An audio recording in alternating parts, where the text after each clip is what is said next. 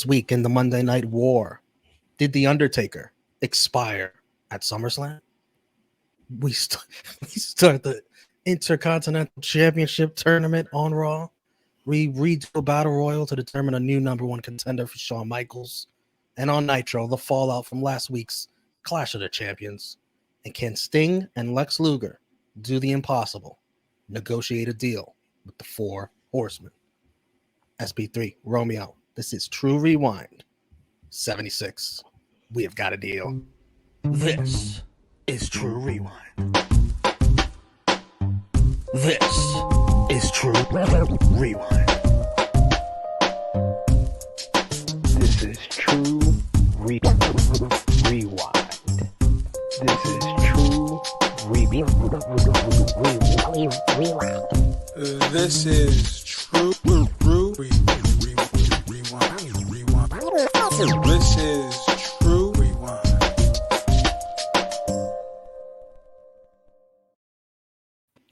Hello. It is me, your Tru Heel Phenom, SP3. We are back on the Fightful Overbooked YouTube channel. Pump up the flux capacitor, jump into DeLorean, strap in your seatbelts, put on your helmets as we go back in time to 1996 for True Rewind episode 76. Do we have a deal, or we got a deal? I forget what you said, but yes, this is where we go back in time to the Monday Night Raws and we review Monday Night Raw from WWF and Monday Nitro from WCW, and we decide what was the better show for the week. I am back once again with the face and the ace of the Tru Heel Heat YouTube channel, my right hand man, Mr. Romeo Anthony Colon. What is up, everybody? Thanks for the support every week here on Fightful Overbooked. Watching True Rewind.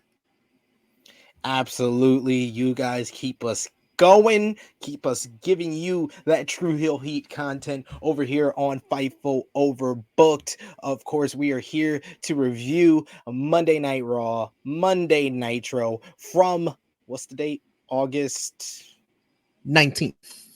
August 19th. 1996. You can see how well prepared I am for this edition.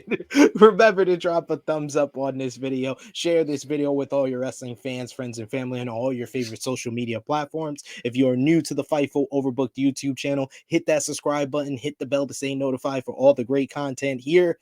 And as always, let us know in the live chat and in the comments what you thought about True Rewind, what you thought about these episodes from August 19th, 1996 from Raw and Nitro, what you think about the Monday Night Raw Wars in general. Let us know in the comments down below. Romeo, let's get to it. I've got some news before we get into Monday Night Raw. This is from the Wrestling Observer newsletter. Oh, we got graphics. We got graphics, ladies and gentlemen. We got Dave. It is time. I just got to add the text next time. All right, let's talk news going on at this time. According to several sources, WWF is considering adding a weekly Saturday night pay-per-view show. The experimental 1-hour show would be done live every Saturday night from New York City, starting at midnight, and be heavily aimed at the adult audience, a la more like ECW audience, and push the envelope far more than they can on the USA Network. WWF has floated the idea to pay-per-view providers, and so far, none have expressed interest. The idea is for the show to be $9.95 each week. Dave crunches the numbers and estimates they would probably have to do about 62,000 buys every week in order to break even, depending on how bare-boned the production is. Dave doesn't think that would be sustainable for long. They may also end up on cable TV if pay-per-view doesn't work out. After they stopped paying for syndication a few months ago, WWF has been looking to add a new TV show on cable, preferably somewhere other than USA Network, because they don't want to have all their eggs in one basket, because if USA ever decides to drop them, they'd have no TV at all.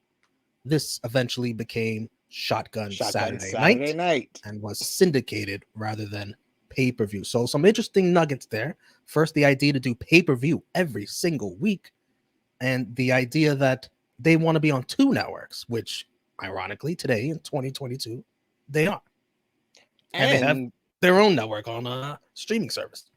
And this the network part kind of is the precursor to them going to MTV with Sunday Night Heat. So there's a lot to take away from that, and the And the weekly price point, paper, $9.95.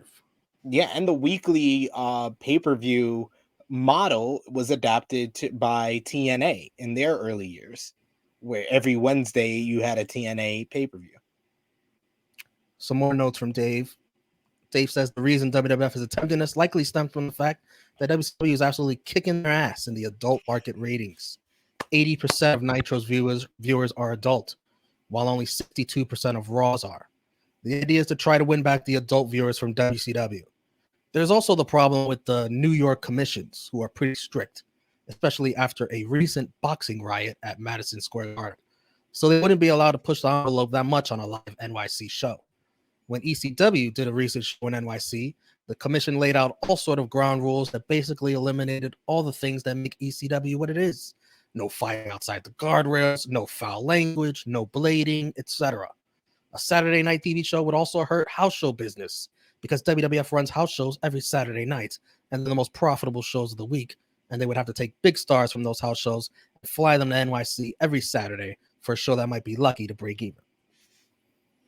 Yeah, and that's why it made more sense to go to television, because you can get your money outright, and or make it like per year. You already know how much you're gonna make. With the pay-per-view, you don't know how many people are gonna spend that $9.95 each and every week to see it, and you don't know if you'll be able to break even. And would it make sense to take away from your big money maker, which was the house shows at this time? So yeah, it's a lot to take away at this time, but you could see kind of their thinking at this point, kind of scrambling for options as WCW is putting the hurting on them right now. So some interesting notes there. Let's get to Raw from August 19, 1996 from Wheeling, West Virginia. And on commentary, Kevin Kelly, Jim Ross, and Jerry the King Lawler. And we want to say Also, happy from the Wrestling happy Observer birthday. newsletter. Happy birthday to Kevin Kelly. His birthday Happy just birthday. passed as we're filming this. Vince McMahon is seemingly done doing commentary on Raw. Kevin Kelly debuted on the latest Raw. McMahon has talked about giving up his commentary duties for a while now because he wants to spend more time working backstage, producing the show, and dealing with talent. Kevin Kelly has been impressive since debuting with the company a few months back. In parentheses, this note, Vince wasn't quite done just yet, but he would be within the next year. So we'll see Vince back on commentary. But they're testing this. What do you think about this initial team, Kevin Kelly, JR, and King, which eventually becomes just JR and King? Yeah, they transitioned Kevin Kelly back to like the backstage commentary position, but this is the early portion of Kevin Kelly as a play-by-play guy. He was like kind of the lead commentator on this episode, and he has become one of the best around today. His work in New Japan Pro Wrestling is very exceptional, and he's the voice of their American and English commentary. You got, Jim Ross, of course, is still around to get today in AEW, and I think at this time it was clear as day that Jim Ross was the superior of the two. Now in 2022, as we're filming this, I would say Kevin Kelly is the better of the two. So kind of see that working with Jim Ross kind of helped him along the way, and Kevin Kelly even did great work with Ring of Honor before becoming the full-time guy for New Japan Pro Wrestling. We start Raw by getting a look at the Intercontinental Championship tournament bracket. You got Owen Bulldog, Austin Mero in a rematch of the King of the Ring tournament, Sid and Hunter, Savio and Farouk. What did you think, laying your eyes on how they booked this tournament to start? I think these are all pretty strong matchups for what they were going for, and a lot of stuff would be planted here, and a lot of history going on, especially with the first match here being between the brother-in-laws Owen and Bulldog. You got like you said, the King of the Ring rematch of Austin and Mero, which was the best match of the 1996 King of the Ring. Sid's been on a roll, so you know who's winning, Sid versus Hunter, based on these two guys going in opposite directions. And I think Farouk has a strong, first matchup against Savio Vega, and he has to be considered the favorite of this tournament going in. And watching this opening contest, brother-in-law versus brother-in-law, I couldn't help but think about what's going on in 2022, where one, not only you have the Owen Hart Foundation tournament, men's and women's on AEW, but also, and we just saw two tag partners go at it with each other, Dax and Wheeler. It's like, wow, that was what a comparison. Owen and Bulldog here, and depending on who that Joker may be, you and I have our guesses. We think it's the British Bulldog's son. That seems like the perfect person. If Samoa Joe is going to move on in the Owen Hart Foundation men's tournament, I feel like that's the perfect person to come in. It would be a big reaction, have some sentimental value to the tournament, and then come in and come out. If it's someone that has to beat Samoa Joe, then it might be somebody different. I would go with maybe like a Miro or Claudio Cesaro if he's ready to come back inside the ring. I would go with in that direction. But like I said, if it's someone that is just going to lose to Joe or have a strong showing against him, I think Davey Boy Smith Jr. having that be his tryout match for AEW is the best possible option. It was funny seeing the sportsmanship between two guys who have anything but sportsmanship against anyone else. That was they were over the top with how nice they were to each other at first. And again, the production team having way too much fun in the truck with the fake static and interference that will pay off later. Sonny comes out to commentary to say these two guys need a better manager than Jim Cornette. We see Jim Cornette backstage explaining he didn't want to choose sides. He complained about Vader beating Shawn twice in the same night, not even getting a rematch at In Your House, the next In Your House. He brags about his 650-pound Yokozuna taking out Shawn tonight. And I'm like, what's going on? This makes no sense. Vader was the one that took out Yokozuna. What are we doing? I like that this was never confirmed though. That this is just I took it more as this is just Jim Cornette talking his crap, talking his trash. And we don't know if this is actually true. He's just assuming the fact that they've signed Yoko versus Shawn Michaels that Yokozuna is going to be back in his pocket. But it was never really confirmed by anything Yokozuna did. So I'll just take this as Jim Cornette talking out his ass. We'll get into that later. Bulldog and Owen action spills to the outside near Sonny, where Bulldog gets counted out. Owen makes it back in the ring. Sonny throws soda in his face. Sonny yells, he's a pervert for trying to look up her skirt. Jim Cornette comes out eventually to argue with Sonny. Sonny says Owen is the better man. Cornette calls her a little slut. I was like, sheesh. I mean, she deserves it now in 2022. But I'm just saying that this time this was a little much. I thought this was a really good matchup though. I love whenever Bulldog is in the ring with Owen, he starts pulling out these junior heavyweight like New Japan Pro Wrestling style technical wrestling, whereas everybody else he faces, he kind of leans on his power and his strength. And regardless of if he has the advantage or not, that's kind of how most of his work in the ring is. But when he's in there with Owen, we see the kip ups, we see the chain wrestling. So I like that he's able to switch it up whenever he's in there with Owen. And literally, I say this all the time when I'm talking about Bulldog. This man's best matches are always with someone with the last name Hart. Because they know how to, they let him do his stuff. And they're like, all right, Bulldog, put the sleeper on so you can catch your breath again. They know how to do that. They know how to call that spot. And then Bulldog regains his stamina, and then they keep going. They know how to work with Bulldog. They know him best. Yeah. Already announced for, by the way, I thought the whole little ending of the match was hilarious with Cornette and Sonny and all that. Yeah, Sonny is just so over the top, and it's very appropriate that it's Bulldog that she accused of looking up her shirt because Bulldog was the one that accused Shawn Michaels of trying to flirt with his wife. Goes around, comes around. Already announced for In Your House, it'll be Shawn versus Mankind for the WWF Championship and Undertaker versus Goldust. Mark Henry, the world's strongest man, comes out to sign autograph, kiss babies. Vader walks up to him during his entrance to let him know basically he ain't the world's strongest man. I'm paraphrasing here. I don't know what he actually said. And Henry just smiles at him. He just has the cheesiest smile on his face. Like, I'm not phased. I'm not selling fear or selling you at all. It's Vader versus Freddie Joe Floyd. More static as Vader hits a Vader bomb. The lights flicker, audio static. And yeah, Vader, that's it. He wins. Poor Tracy Smothers, man. They've treated him like absolute trash. He's a legend of this business, and they just treat him like a jobber each and every week. He's just here to get his brain splattered by Vader. It's yeah, sad.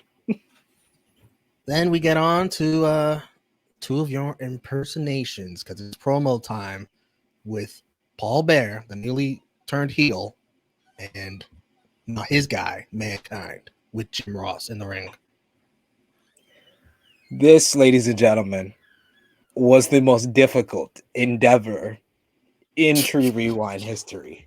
Because this is what we've been talking about for weeks. We talked about this for weeks. How they always have been nice to me to not have Barra, Undertaker, Mankind, and Goldust in one show. So now that these guys are associated with each other, Mankind and Paul Bearer, they give me a full promo where I have to kick down every word of both men. So here we go. Oh man. All right. So Jim Ross, he asks about the boiler room brawl, about Paul Bearer's actions, and Paul Bearer responds because JR asks him, why Paul Bearer, why? And Paul Bearer responds, why? Because I'm sick and tired of being sick and tired.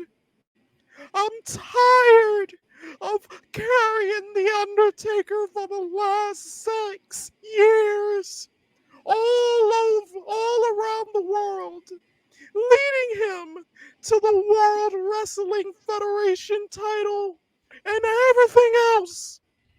I am tired of being abused, and I am tired, Jim Ross.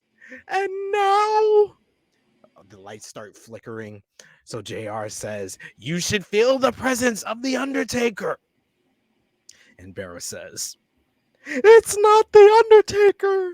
It's Mankind. Mankind has the spirit now. Mankind has the power now. That is the spirit you feel.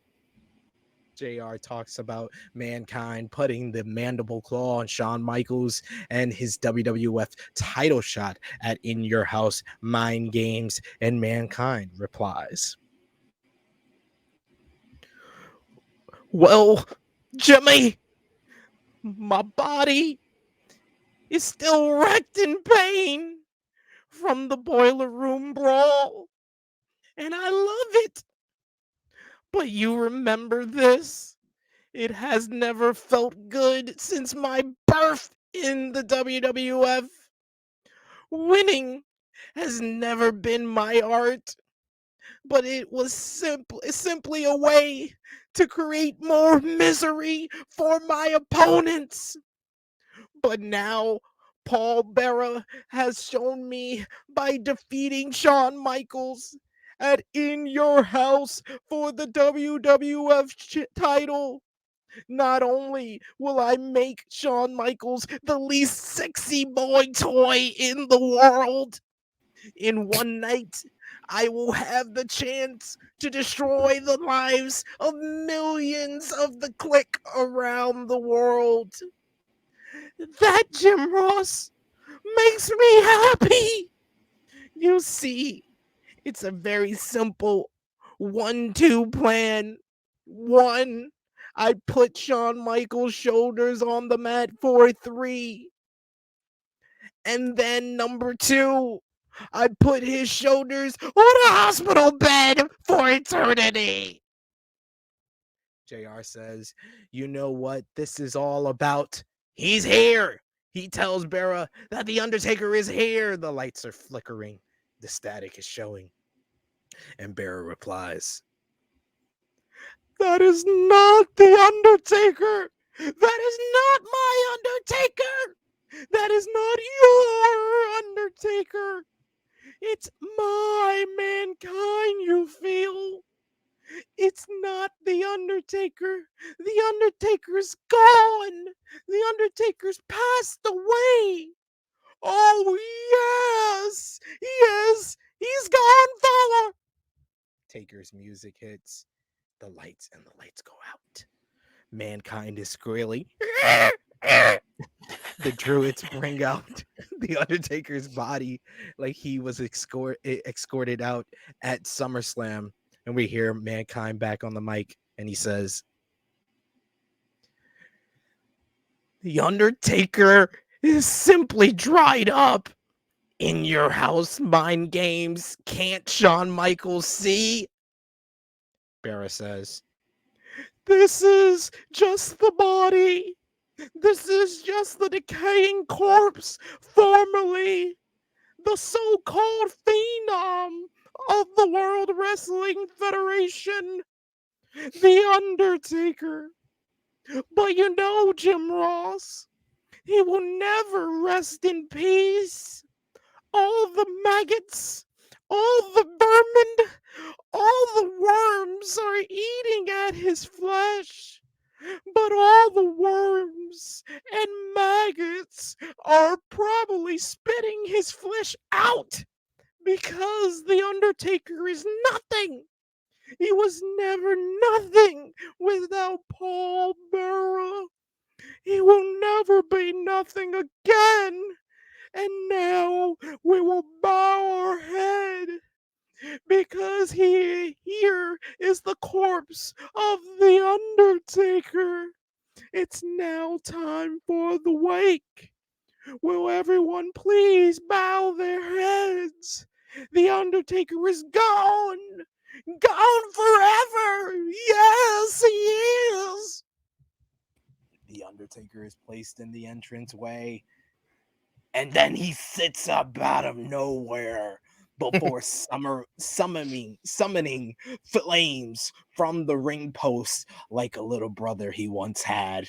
This runs off Barra and Mankind through the crowd, and the Undertaker is back in the ring as the fans go wild. I felt like I was telling a scary story. Like I was on Nickelodeon. Are You Afraid of the Dark? Good thing Harlan wasn't in the room for that. Yeah, somebody saw the flames thing. I was like, damn, that's a good idea. We got to save on to that one. Bruce Pritchard. By the way, they missed the timing at first, and Undertaker had to do it again. That was bad. But this was cool. Everything you just said, everything that happened. Paul Bear, that was masterful. His words there, how disgusting they were. How that's not the Undertaker, that's my Mankind. And then the Undertaker proving, no, bitch, I'm still here. Exactly. He's like, I'm not no corpse.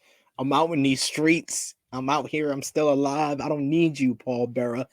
Man, this whole feud has been very entertaining. It's been the best thing about 1996 for WWF so far. The Stalker is on his way to the WWE. This is Barry Windham. Yes, the Stalker, Barry Windham. Oh my God, I forgot all about this gimmick, but I was just like, man, if only Diamond Dallas Page would have saw these vignettes before he came to WWF in 2001, he would have been a better Stalker. Indeed. Then it's time for a sudden death battle royal to determine a new number one contender after Ahmed Johnson's injury forced him out of the title shot he won for the WWF Championship. It's the same final four from the last one. Goldust, Savio Vega, Stone Cold Steve Austin, and Sid, the most over guy in the match. Sid gets triple teamed right away and tossed over by the other three guys. So wrong, my namesake being treated like this. So wrong. So wrong. He got jumped. But Sid doesn't give a flying doesn't give a flying damn about any of that. Comes in, choke slams everybody because he's Psycho Sid. God damn it. Indeed, he does. Choke slams to everyone. Also is eliminated After a slingshot over the ropes by Savio Vega, his old nemesis, Austin upset. He attacks Savio from behind, and Savio hits a spinning heel kick on Goldust, but when he charges to eliminate Goldust, Goldust flips him over to win, and then Goldust shakes his ass in celebration. He takes on Shawn Michaels on a Friday Night Raw coming up in September. Do you think this was the next best choice if they were going to do this with the four guys? Yeah, Goldust?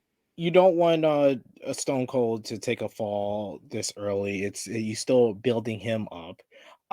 With Psycho Sid, I think they realized how over he was, and they were like, okay, this is another pay-per-view challenger to give Shawn as well. You have Mankind here. You don't at this time, I think they're still deciding if they want to go back to Vader or not. So yeah, out of the four guys included, I think Goldust is the more established heel here that has already been built up, that has already been treated as one of their upper card stars. So it made sense if you're going to do a TV WWF championship matchup, Goldust was the best option out of the four. Quick Cornette promo backstage talking about how Yokozuna's back in the fold and coming for Shawn Michaels right now. And Yokozuna makes his return and entrance at first without Cornette, and he's bigger than ever from returning from trying to make him lose weight. Poor guy. And Shawn Michaels makes his entrance. The teens love him. The kids love him. Even Belmont, Ohio loves him. So everybody loves Shawn Michaels right now. And after Shawn gets mostly the upper hand here, Cornette finally done taking a shit, shows up. He's running a little late. And Cornette takes down, he goes to town on Jose Lothario. Pops him with a tennis racket and a few punches. Shawn chases Cornette off. Back in the ring, Yokozuna blocks a sweet chin music, but Shawn eventually connects with it after Yokozuna misses a leg drop. A little Shawn celebration, and Raw quickly ends. Yokozuna was quickly gassed in this match. This is the last time, at least for Monday Night Raw purposes, we will see Yokozuna. Oh, poor guy. Poor Yoko. I mean, Shawn did the best he can with a limited performer at this point in Yokozuna. Shawn, bumped around for him, but man, they gave Shawn a tough 2-day period. He had to deal with Vader on Sunday and then turn right back around on Monday and versus Yokozuna. Shawn's like, okay, I get it. I'm supposed to be the underdog babyface, but can I verse someone that can at least last a 10-minute matchup, please? Match of the night, I'm going to go Owen Bulldog despite the finish. Agreed. Owen and Bulldog. MVP, Paul Bearer. Yeah, I mean, Paul Bearer was great. So, yeah, I'll go co-MVP for Paul Bearer and Goldust getting the big win. All right. LVP, Freddie Joe Floyd. That's unanimous. Freddie Joe Floyd, LVP. And let's put our thumbs out. In a 3, 2, 1. Thumbs up, thumbs middle, thumbs down. 3, 2, 1. Middle for me. Thumbs up from you. I like the opening. I like the main event. I like the little 4-way battle royal. So, and Paul Bearer and Mankind, man, that was just a hell of a performance. And the Undertaker just continue to be the best feud in WWF at the moment. Last week, Raw did a 2.0 in the ratings. What do you think they did this week? 2.1. 2.9. Hey, the night after SummerSlam, big boost. Love to see it. Let's go to Nitro. And they don't really announce where they were broadcasting from because I guess they're ashamed. It's Huntsville, Alabama, which I don't know if you remember the last time we were here. What the hell happened? Do you remember? Was it Halloween Havoc 1995? Close. We were introduced to the Yeti. The Yeti. Okay, so we were on the road to Halloween Yeah. Havoc 1995. So yeah, I would not want to announce that we're in Huntsville, Alabama either after that pour. But I did note, yeah, I did have the note here. I was like Nitro from ... I was like, this was weird. They did the live, but they didn't give the graphic of where they were at. We got a return match from Clash. Yay. It's one I really wanted to see again. VK Wall Street versus Hacksaw Jim Duggan. And you already know how this damn gimmick goes. Hacksaw pulls the tape out of his trunks. Ref Nick Patrick takes it from him, waves his finger. No, you can't do that. And then VK has his own tape that he tries to use. But Hacksaw pulls out another roll of tape and hits VK with it. The ref, clearly sees all this and still counts the pin. If it's so illegal, why did you count the pin? Like, why did you stop him in the first place? This is like Adam Pearce nowadays as a WWE official. He can make matches for one thing, but he can't make matches for another. So you stop Hacksaw from using the tape at first, but then when he uses, you don't call it disqualification. What? No wonder Nick Patrick is being criticized as a referee. Hacksaw interviewed with Mean Gene. Wants to talk to Harry as a man. Well, we're using our shoot names, brother. This is real. This is serious, ladies and gentlemen. What have you done to your fans, friends, and family? The Macho Man Randy Savage comes down, says, "Don't worry, we're in the same frequency and wavelength." Grandstands Hacksaw, stealing the interview time. And eventually, Hacksaw just is in the background waiting. He just eventually walks off because it's not about him anymore. They recap last week when Hogan hit Savage with a chair. Macho said he's got 15,000 stitches in his head. And he's going to solve this Hulk Hogan problem. I was like, he didn't even hit you that hard. Come on. He's going to solve this Hulk Hogan problem tonight. Oh, yeah. Oh, yeah. And this is what I'm going to call them now. From the Blue Bloods Combat Club, Earl Robert Eaton. In his hometown, Huntsville, Alabama, versus Chris Benoit, who should be still embarrassed by his performance at Clash versus the Giant. In this match, he takes off his vest, no fucking problem. Very easily. How hard was that? Eaton misses an awful leg drop off the top rope, and Benoit wins it after a diving headbutt. So here we go with WCW. They don't give a shit if it's your hometown. Go loose. Hey, they set the standard for what it meant to chop someone out in their hometown. I thought this was okay for what it was. It was a nice little competitive matchup for 4 or 5 minutes, and then Benoit took advantage of the one mistake that Eaton made and got the victory here. So good stuff. Good bounce back for Benoit. Glacier still coming soon. Don't. That music does get me hyped though. It does. I'd be for nothing though.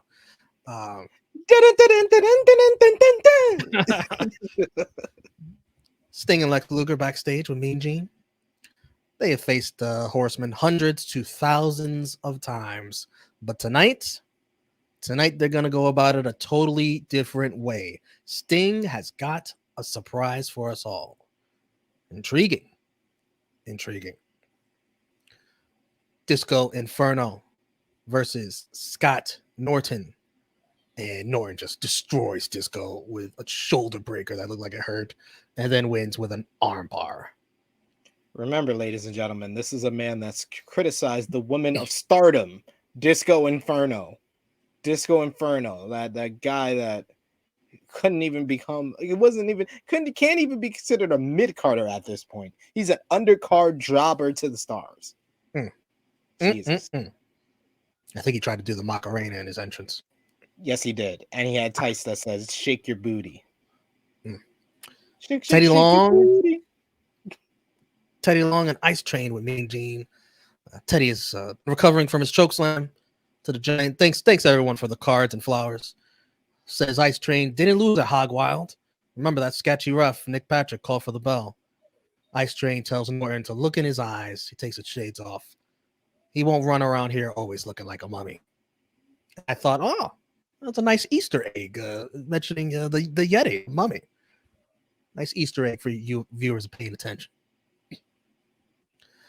Lord Steven Regal of the Blue Bloods Combat Club versus Dean Malenko.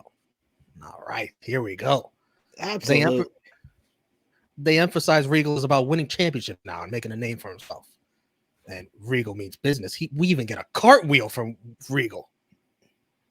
Solid technical matchup here, which Malenko wins after an Oklahoma roll. Oh, this was great. I love this match. This was just technical wrestling. Regal had his working shoes on, worked up a great sweat during this matchup. We got the chain wrestling to start. Bro, he sweats made, like Patrick Ewing, bro. He does. Malenko made his comeback with a springboard off the second rope into an enziguri. Malenko follows up with the German suplex for two. They traded the pin attempts back and forth, very fast-paced stuff. And then, like you said, the Oklahoma roll or the cradle, the Monte Scrawl cradle for the victory by Dean Malenko here. This was one of Malenko's better matches. Well, Malenko, I feel like if you put him in there with a good worker, he's usually going to have the best match of the night, and this was no different. The Horsemen are interviewed with a very distracting countdown timer on the bottom of the screen for the top of the hour bullshit they do, the fireworks and pyro. Dude, they don't need to do this anymore. Like, if you got Ric Flair and Arn Anderson talking, why do you do this? Why? And it completely threw off the promo. It grandstanded everything. They barely got their words in. Flair did not give a damn. Flair's like, I'm finishing my goddamn promo. I don't care about any of this shenanigans you got going on. I'm finishing this damn promo. As Mean Gene tried to rush him, and this would not be the first time, this would not be the last time that the Horsemen just said, forget the timing. We're getting our stuff in. We're getting our words in.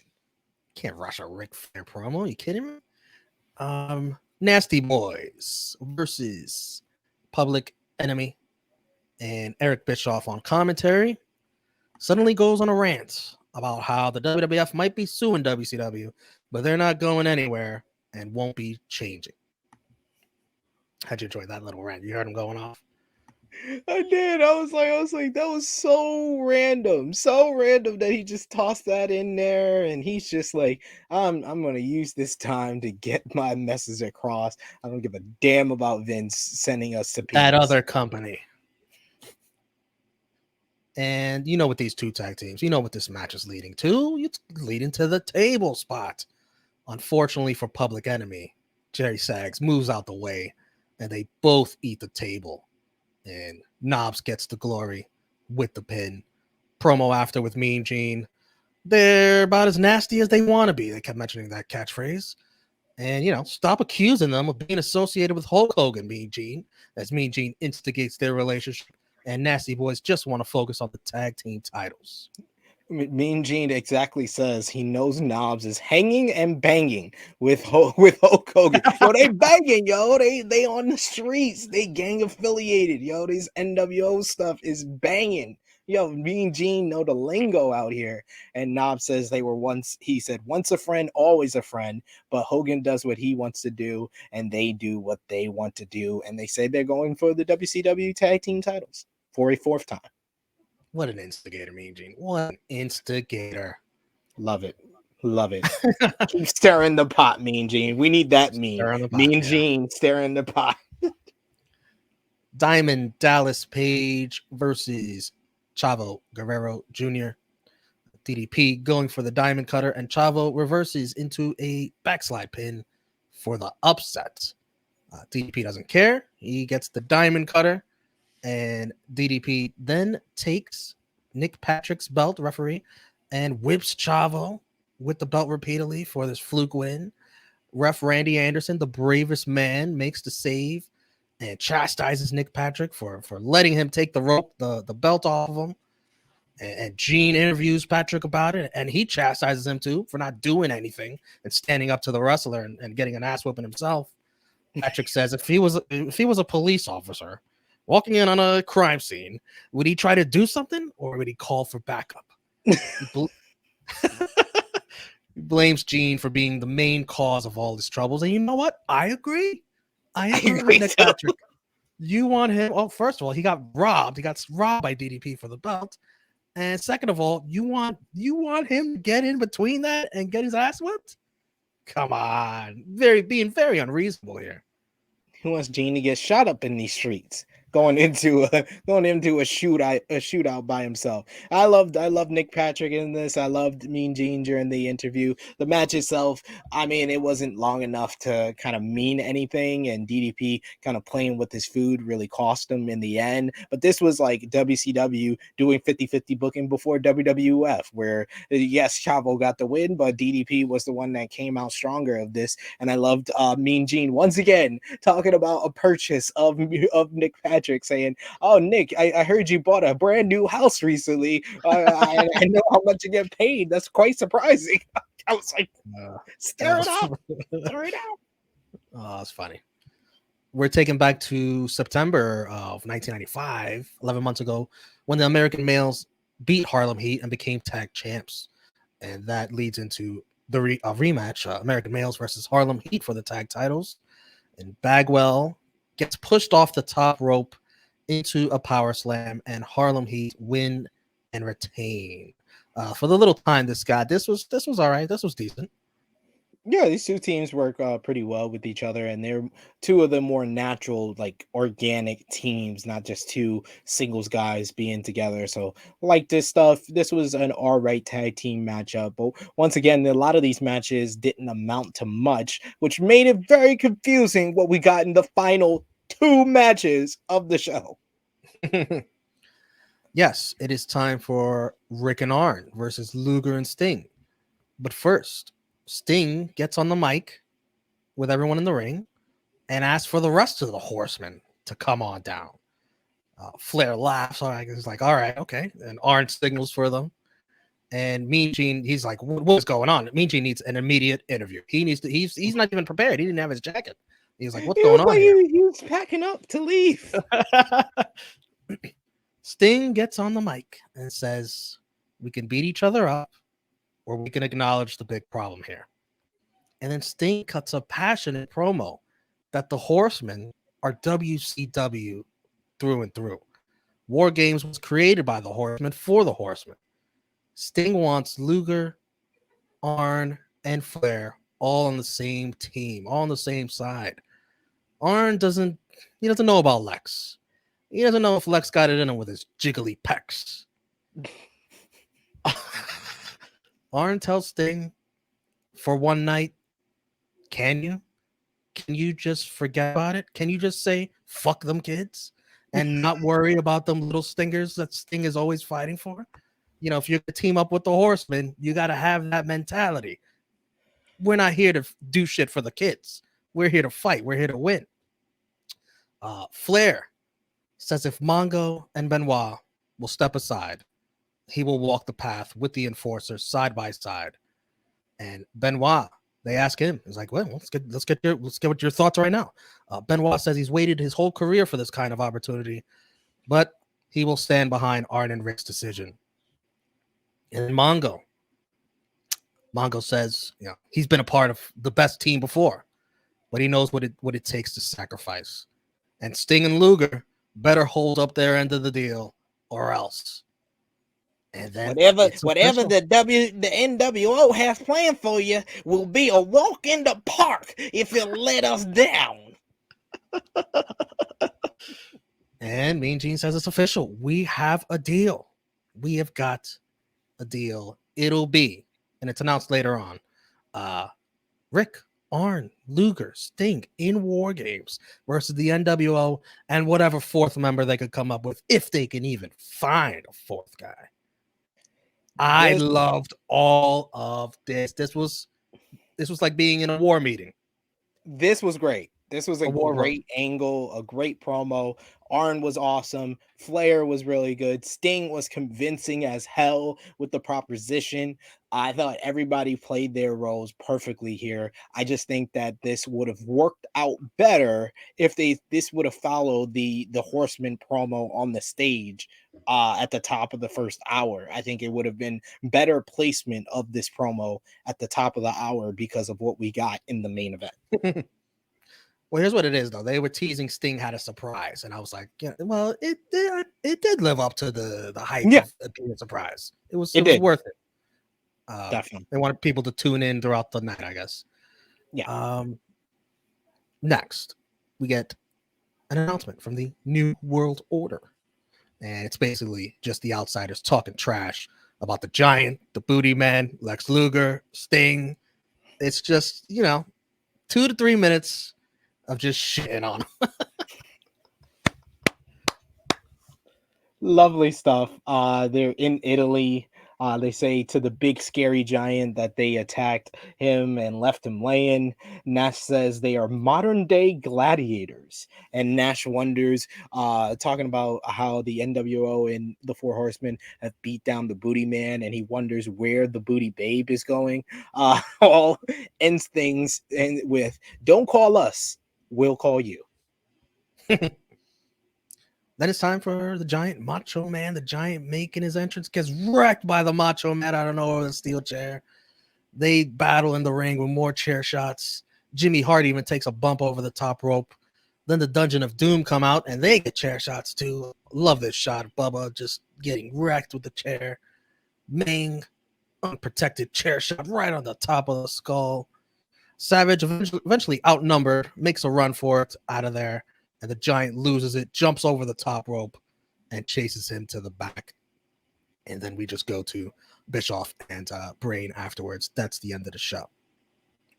But it's chaotic, but Macho Man looked good, making a statement here, taking everyone to town with that chair.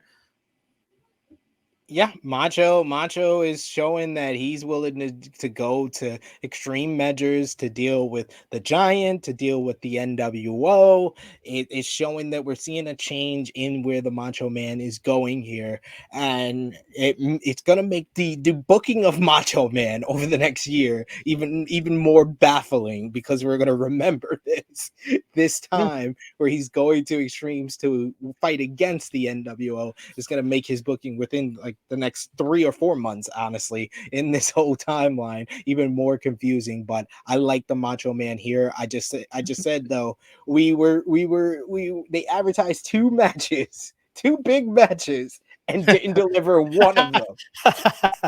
That is funny. And remember, guys, I didn't watch all the WCW at the time. So this is going to be all new to me. What SP3 is talking about. I know he joins the NWO, but I don't know anything else. I don't know. I'm going to be on this roller coaster ride, so we'll see. You don't know how they got there. Yeah. You don't know how they got there, so you're going to be seeing this for the first time. That's why I don't give too much away, even when Thank you. I appreciate that. I know what's going to happen. Match of the night, Regal Malenko. Yeah, by far. MVP, I'm going to go with Savage for looking good, and I'm going to also go with Sting for putting all that together. His surprise paid off. Yeah, and it was a passionate promo he cut too. Exactly. I put Sting because Sting came up with the deal with the proposition, so I feel like he deserves it the most. LVP, I'm going to go with both VK Wall Street and Hacksaw Jim Duggan. Not just only for the tape stuff, but also Hacksaw. You got grandstanded by Macho Man on your promo, pal. You do make a good point. And I have down here the Public Enemy, but I'll go with co-LVPs with Public Enemy and Hacksaw for getting grandstand by Macho. Put our thumbs out. And 3, 2, 1. Thumbs up, thumbs middle, thumbs down for this Nitro. 3, 2, 1. Yeah, I actually gave this a thumbs up as well, although they did not deliver on either match they promoted the entire show around. It still gave us 2 fun different angles that show WCW kind of picking up the aggression against the NWO. The rating last week, they did a 3.3. What do you think they did tonight? 9.3. WWF did 2.9. I'm going to say 3.5. Nailed it. 3.5. It's been a while since I nailed it on the head. Oh, nice. I'm so hyped. So somewhere out there is a bunch of wrestling fans who tuned into both shows that didn't last week. And the ratings were WCW has won 10 times in a row. They're up 27-17 with 2 ties. And on the True Rewind scoreboard, WCW is the better show of the week based on my vote. But did you officially have WCW as the better show? Because you gave both of them up. Yeah, I have WCW as the better show because the promos, even though, like I said, I think the best promo on either show was Paul Bearer and the Mankind with Undertaker coming back out promo. But overall, this show had better promo, had very good promos throughout the night, whether it was Macho Man early, the Horsemen at the top of the second hour, or the Proposition promo. I love the angle with Macho Man beating the crap out of Giant with the steel chair as well. So there was a lot of good stuff. And I would say Malenko versus Regal was the best match on either show. So I'll give Nitro the slight edge here. So WCW is up 29-17 on WWF as far as quality of shows goes here on True Rewind. There it is. There it is. Nitro pulls ahead once again. Another advantage, widening that gap against Monday Night Raw. But don't worry, folks. It's only right now. We're only in 1996. Things can change very quickly. Let's see how much of a lead they choke. Exactly. Let's see how much of a lead they choke here. But we want to hear from all of you what you thought about the August 19, 1996 episodes of Raw and Nitro. Let us know in the live chat if you're with us for the premiere or in the comments down below. Of course, Romeo, let the people know where they can find you on social media and what you got going on the Tru Heel Heat YouTube channel. Follow me, Tru Heel Romeo, Twitter and Instagram. Over on the Tru Heel Heat YouTube channel, a couple of things this week, like our Backlash review, me and SP3 breaking down the show from every possible angle and looking forward to what's to come. NX3 every Tuesday night watching NXT, every Monday night watching Raw, Rated Raw Superstars. Join us for those watch-alongs. Of course, we got a Dynamite watch-along as well we do on Wednesdays. And Saturday night, join me for a New Japan Capital Collision watch along. I'm looking forward to that one. Yes, you'll see me a few times on the Tru Heel Heat YouTube channel this week on Thursday, 1:05 p.m. Eastern Time with Jimmy Macaram for AE Ramble. On Friday, we're dropping a New Japan Pro Wrestling Capital Collision preview and predictions with myself and Jay News breaking down the card ahead of the watch along on Saturday. And of course, you got Tru Heel Heat 175 at 11:05 a.m. Eastern Time on Saturday. Myself and Miss Chrissy Love will be joined by the energetic, the epic, the effervescent Sat E Nyangi of Wrestle Talk Podcast YouTube channel, one half of the Mocha 2.0 duo on Wednesdays. He's going to join the crew as we talk about a crazy week of wrestling already with Roman Reigns' new contract, Charlotte Flair taking time off, WrestleMania Backlash, Kota Ibushi apparently is upset with New Japan Pro Wrestling, plus much, much more. So stay tuned for that. And I'll be back here on the Fightful Overbooked YouTube channel on Friday for FMC. Degrassi Dudes makes their return as well. So hit the subscribe button, hit the bell to stay notified. Remember to drop a thumbs up on this video, share it with your friends, and join us back here next week for True Rewind episode 77. So for Romeo, for the ghost of drunk guy JJ, it is me, your Tru Heel Phenom SP3. This has been True Rewind episode 76. We have got a deal. We are signing off until next time. Yeah. Gotta have that Harlem cameo every episode. Even if it's not on screen, you can hear off screen. The voice of Harlem. What?